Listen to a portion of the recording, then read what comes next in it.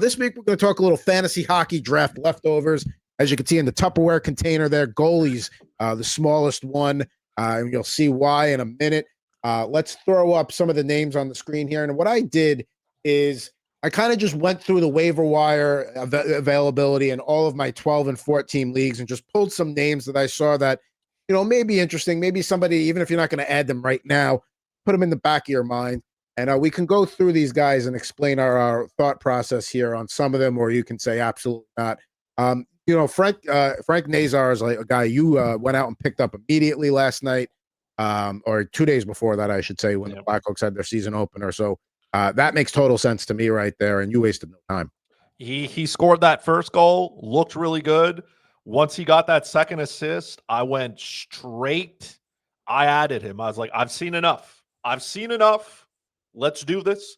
My first concern was I went to go see if it was possible for him to win Rookie of the Year, and then I was reminded that he played like 50-some-odd games last year, and I was like, okay, thank God, because I didn't want my Demidov Rookie of the Year shares to already be chalked.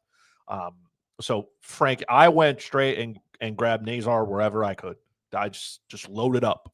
I was like, that's it, man. Come on in. Welcome to the team. Find yourself an apartment on this team. You're going to be here for a minute. So yeah, if Nazar's still hanging around, man, there is space on your fantasy team for him. Don't wait. You can go get him now. Do it. And we recognize that some people are watching are going to be in sharper leagues than others. Like, oh, he's not on he was drafted in whatever round. I get that, but not everybody's playing in leagues with guys like us that are like watching games and going like, whoop, that guy up on Yahoo right now. Get the claim in. So let's just run through some of the names on the list. I think Mackie Samoskevich is going to get an increased role of Florida over time. He looked, he looked like he's getting some opportunities there in that first game.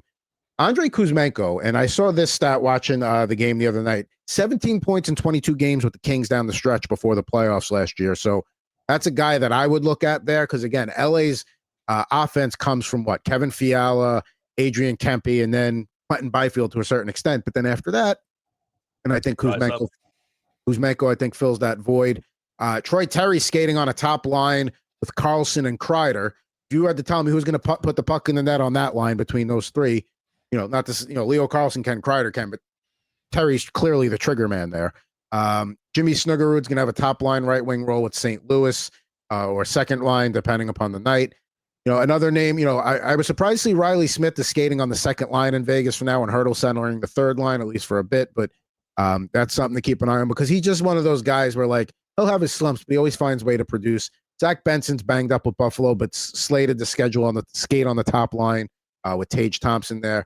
Jackson Blake will be a secondary source of scoring with Carolina. BC, you might have to be a little patient with there. That's more of a stash and see how he grows. But, he's going to be playing the second line center role eventually in San Jose. Once they get him comfortable there, they'll probably swap him and Wenberg. At least for now, Wenberg is the second line center. But anybody else on the left you want to make a case for?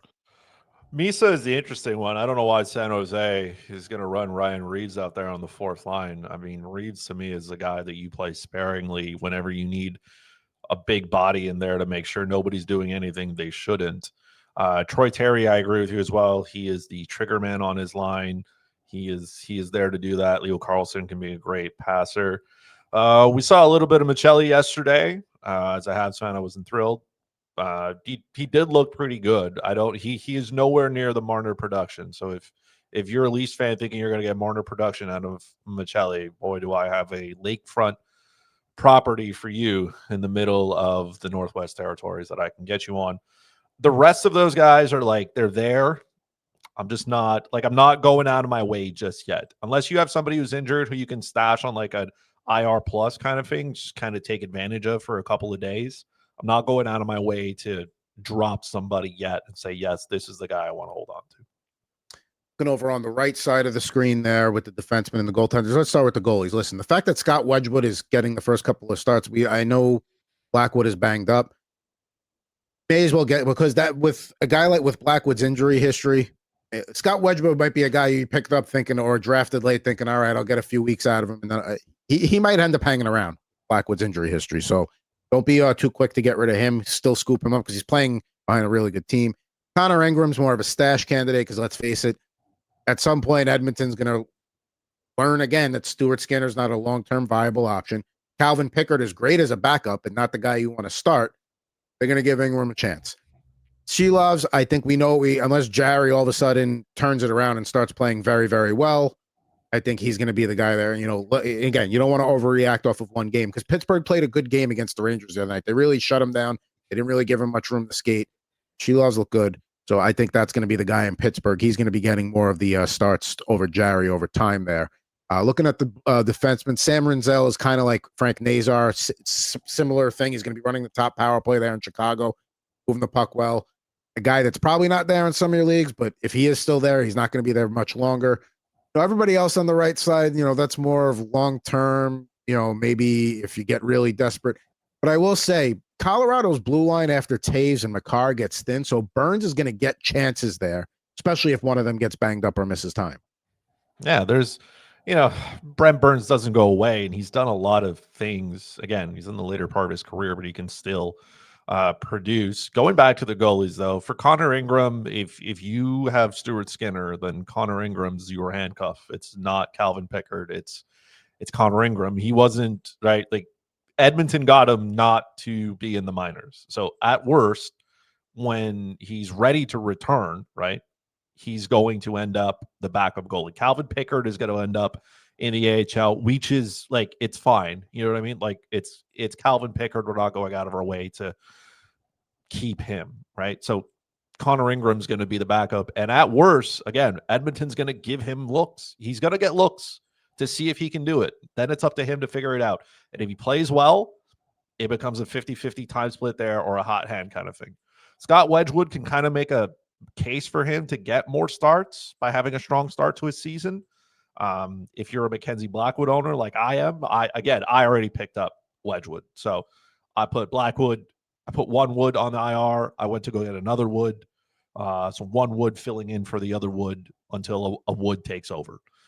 And for Shelovs, it's not a question of if, it's a question of when.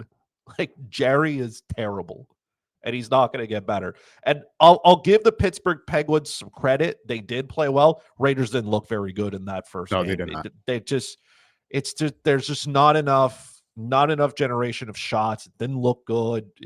It didn't look like they were able to get past the Penguins blue line, which is nothing to write home about. So for Shelovs, it was a great start. If anything, it gives his team confidence, gives him confidence, gives the coaching staff confidence to say, hey, we can run him out here regularly. So that is the good way. To the defense, Rinzel, same thing. He's going to get looks. And somebody's got to quarterback that top power play unit. So he's going to get his chance. I don't really care for Lohrei or Orlov. I don't think it works. Unfortunately, Sam Dickinson is not going to be in the lineup tonight. I know you and I are just, after that last mock draft. It started as a joke, but now, yeah. Like now Sam Dickens is basically part of the team now. Like this is the guy we're rooting for. If Ivan Demidov doesn't win Rookie of the Year, I want it to be Sam Dickinson. I think that might be a long shot. But again, once the Sharks figure out that they don't have to run those old bodies out there and let the kids have some fun, they'll be okay. The reason I have Lohrei up there is because he is on the top pairing in Boston, and he's on the second power play unit. He's on, if something were to happen to McAvoy, he becomes the guy. So it's more of a domino effect. And yeah, Dickinson is more of a stash candidate. And Orlov I have up there because when you look at the Sharks blue line, it's either a lot of guys that it's band-aided together with decent guys, but guys that get hurt, or like Klingberg that were very power play specialists and offensive force. They're not going to take many defensive zone draws. Or Orlov is still kind of play in all situations. So I think he may end up into a lot of minutes there. But that's just, again, more of a deeper stash kind of thing there. Glenn P checking in. I picked up Kuzmenko and Jet Greaves while Kochetkov is hurt. Let's see here. We got another question in the chat. How soon into the hockey pool do you start trading players? State of survival, you want to trade already. So maybe something's brewing over there. For me, like when you play fantasy football, it's, 13 weeks to the playoffs. So you have to kind of sometimes maybe make a move after week 2. Whereas with the NHL, I'm not making any major moves probably in the month of October, unless just something falls into my lap that's too good to say no to. even like tinkering moves. You don't want, like, again, you got to have enough of a sample size before you really start making moves. Like if you drafted these guys, you believe in these guys. So unless it was like a late round pick that you can, say, okay, whatever, I can dump that guy. For the bigger players, I'm holding on to him at least for a little bit.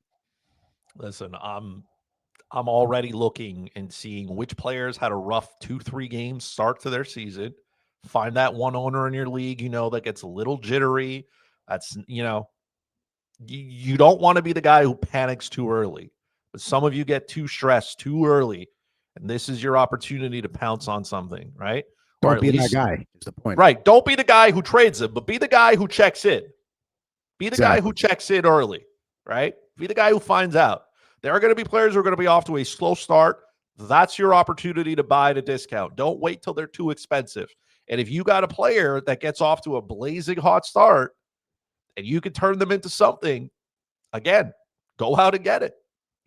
Don't wait. I know some people have these like made up rules where they don't do things for X amount of time. Those are made up. That's a fugazi. It doesn't exist. Just go out there, make sure that you find something. And yes, picking up Kuzmenko, good start. Jet Greaves, especially with Kochekov being hurt, yes. Jet Greaves is going to get a chance to run here. Nothing should ever be a hard and fast rule with that. But yeah, again, like if you get an offer that falls into your lap or you see an area to maybe be like, oh, I can get that guy, if there are ways to do it, but don't force there shouldn't be any panic moves yet. That's the thing. There should be. Don't panic. Be the guy who finds the one panicking. Find that guy.